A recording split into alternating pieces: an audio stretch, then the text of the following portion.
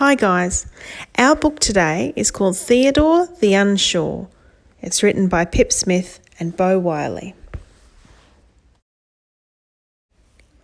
King Theodore lived in the grasslands in the heart of Africa. He had just been crowned ruler of the whole animal kingdom, even though he had never left the savannah. He was king because he had a natural gift for ruling. That's what his parents said, but Theodore wasn't so sure. Every day he woke up and spent 2 hours deciding whether to wear his pink socks or his blue socks. Then another hour deciding whether to have camel milk or ostrich eggs for breakfast. He didn't like making decisions because what if he made the wrong decision?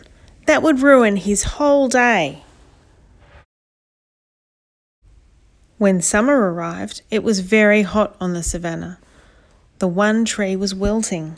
The grass burned everyone's hooves and paws. The birds passed out and fell from the sky.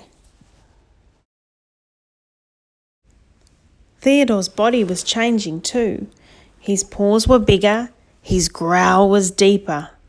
His mane was growing and growing and growing, until Theodore was so hot he was forced to make the biggest decision of his life. "Should I cut my mane?" he said. He pictured his smooth head, his bare ears, and the wind tickling his cheeks, and he was cool and happy.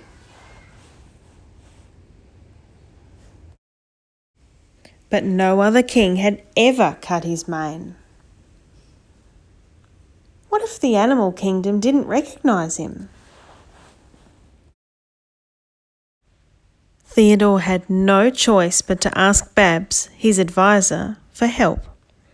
"Now that you are king," Babs said, "you can ask all the animals in the kingdom to make your decision for you. All you have to do is hold a vote." Babs flew around the world, talking to the animals and collecting the results. The penguins were puzzled. "What's a mane? Dude, what's a lion?" "I thought I was king," said one of the penguins. The polar bears were baffled. "Oh, that looks cozy. Cut it." But he would get so cold. The snakes were shocked. "What a mane, what a mane, what a mighty good mane. Why would he cut such a beautiful mane? Outrageous." All they'd ever wanted was hair, and here was a lion with hair wanting to cut it off. The cockatoos thought there should be more options. "What do you mean by cut? What he needs is a stylist. What about a lovely mohawk? I vote highlights. This election hasn't been thought through at all. This is rigged." The donkeys didn't write yes or no. They drew pictures with their hooves instead. Babs flew back to Theodore and delivered the news. "Well then," Theodore said, "I guess I can't shave off my mane." The sweltering summer seemed like it would never end, until one night, in the very far distance, Theodore thought he could hear chattering teeth and clattering beaks. It was the polar bears in the North Pole and the penguins in the South Pole, shivering cold. Theodore made his decision. He shaved off his mane and picked up some knitting needles.